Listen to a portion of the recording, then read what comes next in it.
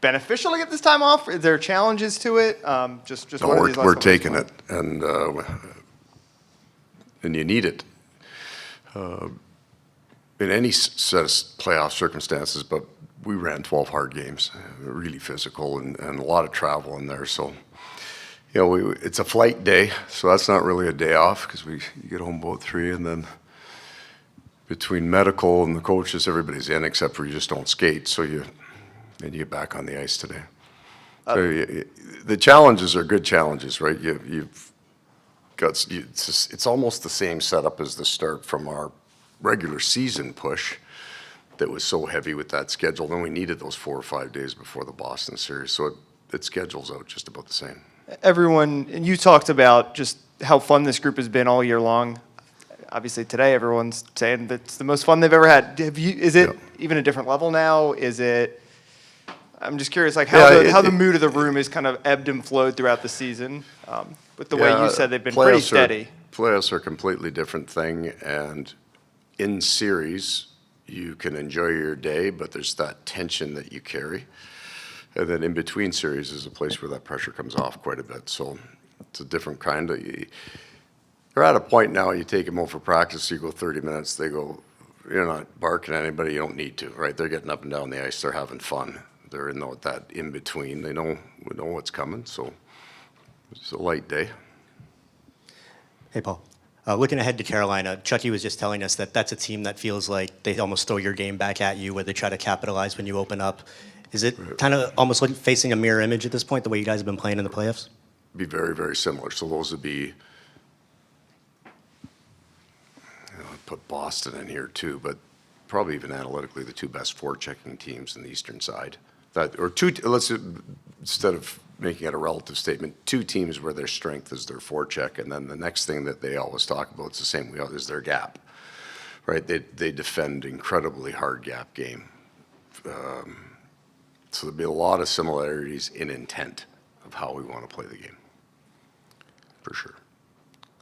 Paul, you've talked a lot in here in the last couple of weeks about going back to the summer and things that Bill told you and your first call with the team and things of that nature. If I can take you back there one more time, we all know how the second round went. It did not go well for that team at all. Mm-hmm. What was your level of belief that this would be possible in year one to make a deep run, knowing that a lot of things were going to change? It wasn't a year one schedule. It was, I'd watched Florida play in their playoff the year prior, and then quite a few games this year, and then certainly all of the playoff games.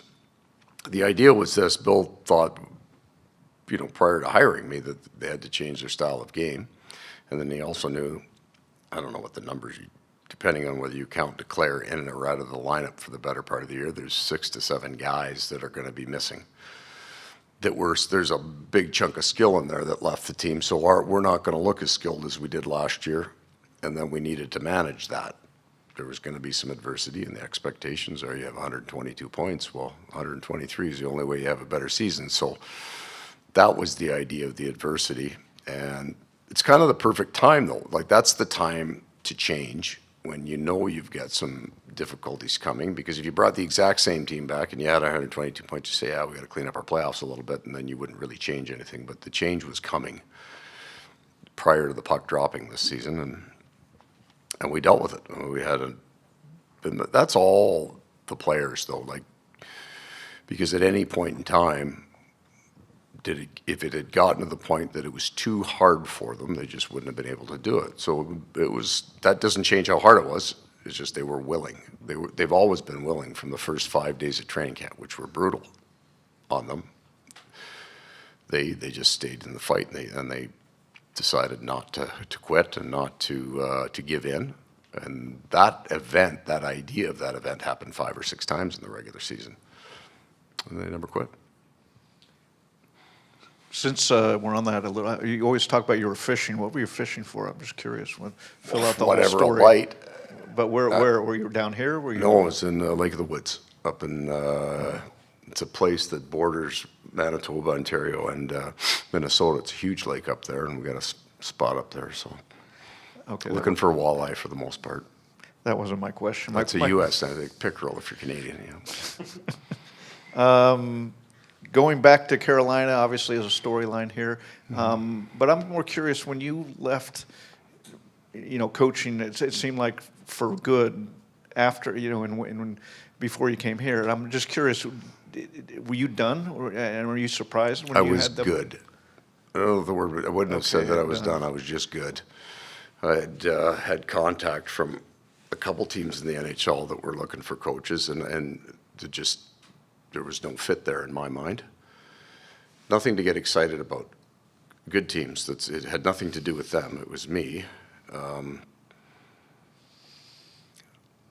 But I had a phone call. I think my first phone call with Bill that we had scheduled. So we kind of talked briefly on the phone while I was driving, and then we scheduled a call. It was probably an hour or two long, and he's just an incredibly interesting guy.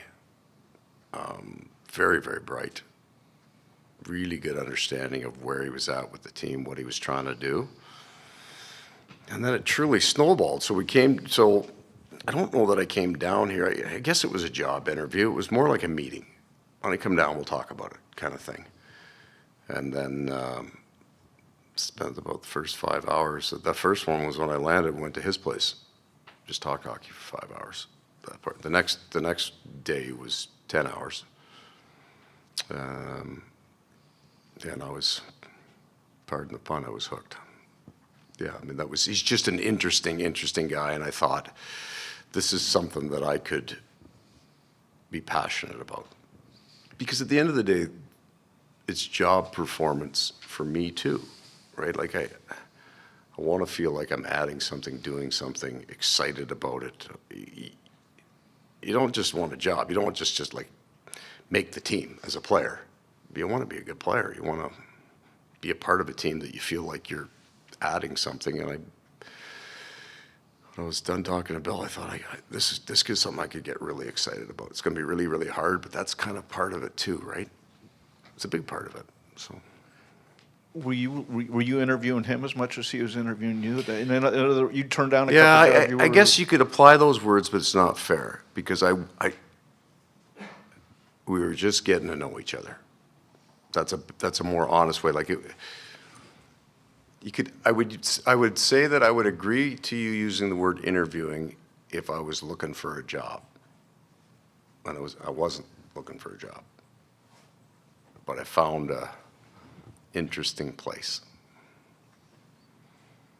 Sorry we don't have any walleye down here. We got other stuff, but No, my kid caught about a 56-inch wahoo the first time we went out. That was pretty good. yeah, you smoked those up. They're good. Yeah, all right. Yeah, anyway. You guys are going to Raleigh, North Carolina, a place that has not been kind to the Panthers over the years. You were there for a lot of the Panther beatdowns. Were you there then when you guys were to win? If you beat the Panthers, you were in the playoffs, and then they beat you guys. You weren't the coach then, I right? don't think so. Okay. Anyway, it's been a house of horrors for the Panthers. How do you guys kind of go in there and maybe change that narrative? So I don't feel it because I'm new. This is the first time going into Carolina, so I don't have that expectation or that experience. Got a really, really good team. Got a loud building. That's what I know of them. I mean, I think I understand their game. They've been consistent with it for years. So that's their strength, right? That's their advantage. They've been running that program for a while now, and they've been good with it. The connections, I think, for almost all of us, because there's a lot of unusual ones, right? Their coaches, Tuomo, the Stalls, all of that. But it also seems quite removed for me, right? Like it's a decade. And then for Eric, he played on a bunch of other teams and went to the final with Montreal. And Tuomo's been here longer than maybe he was in Carolina. So it's a story, and I get it, and it's, Lord knows, you guys have been running a month now. You're looking for stories, right? Because this is, especially on off days, you still got to grind that stuff out. I get it. And it'll be worth it. There's probably 5 or 6 kind of really important people in my lives that are still in Raleigh, and I'll get to see a bunch of them because they work for the team still. The thing that I notice the most when I get there is how big the trees are. Because when we first started there, they were just planting them, right? They're all about 2 feet high, and now you can't see the building for the trees. That's what I notice when I go in there. My kids went to high school for a while at the high school across from the rink. How much it's changed, right? The kind of just the different areas have grown and expanded so much. But it's not nearly as nostalgic as maybe you'd think. All 3 of my kids were born there, but I'm not driving by the old house. Hi, Paul. 2 quick things, if I may. Number 1, for bookkeeping purposes, we saw Lundberg on the ice with a regular jersey. Does that mean he's good to go? He's good to full combat now, and we'll make that decision coming to the game. But he's going to be an option this series. Okay. And second thing is, going back to the connection, Rod Brindamour told reporters a few days ago that when he first got into coaching, when he was following you, observing you, he was thinking to himself he wasn't sure if he was cut out for it. So my question is, I'm wondering what your observations were of him at that time and your thoughts on his evolution as a coach. I think in terms of style of play, he's the best coach in the league. In terms of the consistency of the style that your team plays. You watch that team play, there are very few aberrations in their seasons. And it's 2 or 3 games where it's not quite right. But in terms of the consistency of that, which makes complete sense because that's the consistency of his life as a player, right? I mean, we get to the rink early and we leave late. And after every game, it's midnight, you're walking out and he's still in the gym. But that's who he was as a player. He put an incredible amount of time in. And then when he decided to be a coach, then he just put that time into coaching. So he was going to be very, very successful. The thing I didn't know about Roddy, he's a quiet player, right? Very intense, not much of a talker. And then we were in Calgary, and he got an award for some of the charity work that he did. And one, I didn't know it, right, that he had done all this work. And he received an award, and he got up and accepted it and gave a speech, and it was spectacular. And I had no idea that he was that gifted a speaker.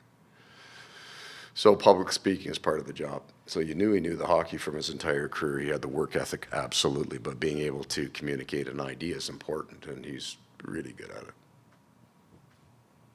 Coach, there's a lot of guys in this locker room who were not born the last time the Panthers were in the Eastern Conference Final. That's going to be I saw that board. What was it? Sasha was like 8 months old or something like that? It's like 21 or something. That's is the awesome. number. But the Game 3 will be the first Eastern Conference Final game in this arena. How excited are you that this big-time hockey is back here in South Florida? I'm excited because I think there's a really great connection now between the players and the fans. So this is a good team. Like the core of this team is good and it's exciting. It goes back to kind of the question about taking the job. The team that I was watching in January, because I wasn't really watching any hockey in January, February, and it had nothing to do with me getting the job. I was watching the Florida Panthers play. I was trying to figure their game out because they were scoring like madmen. It's an exciting game to come and watch play. Sometimes not always for the coach, but for the fans, if you're buying tickets, there's going to be some action out there. And a deeper playoff run will draw attention to the unique players that we have that you can come and enjoy, watch play. So I think what happens in these runs, it's not just about getting excited because it's playoff, of the spectacle of playoff hockey. You want to get the connection to the home crowd there'll be a whole bunch of people who are going to buy Sam Bennett jerseys based on what they saw. And then I can say that a bunch of different guys. The fans can connect with different styles of play, and this kind of playoff run will introduce, even some of the fans have been here kind of long, I wouldn't say long suffering, long enjoying fans of the game are now going to get connected to some of the players because they're going to watch them every game and really get an idea of how hard they play. I know you let Rob Tallis stick with the goalies a lot, but have you gotten the chance to speak to Sergey Bobrowski about his mindset? Because, I mean, it really seems like he has a pretty positive mindset that's been helping him pretty lately. So I felt that all year about him. He's got a routine. He's really, there's players that are very, very good in this league that come to the rink, do work, leave, and they don't think about hockey after that. It's not a weakness. And then there's guys that get up and that's their day, and it's been like that for the number of years they've been in the league. So he's that kind of guy. I talk to the goalies about situations that they're in. Like I said, I think I read more body language than anything else. And then I'm only responsible for things that are broken or aren't working. And when they are, I stay the hell away from them. So I say hi to them in the morning. Sergey, how are you? Every once in a while, I'll connect with them and, recently congratulate him, not just on the win, but on the situation that he was in that he rose to. That's the impressive part, going into Game 5 and delivering what he did with the pressure that was under him, on him. Really impressive, but I'm just trying to stay away from the goalies right now. Paul, you've coached a lot of different teams. Every team has its own unique identity. Where has this team made the biggest impact on you as a coach? They are willing to endure and then enjoy it, right? So as much as the tone is, let's be as hard as we possibly can and then find a way to enjoy it, I think as a coach, you have to open that door for them. It's okay to be in a good mood and laugh and enjoy it if we're working as hard as we can.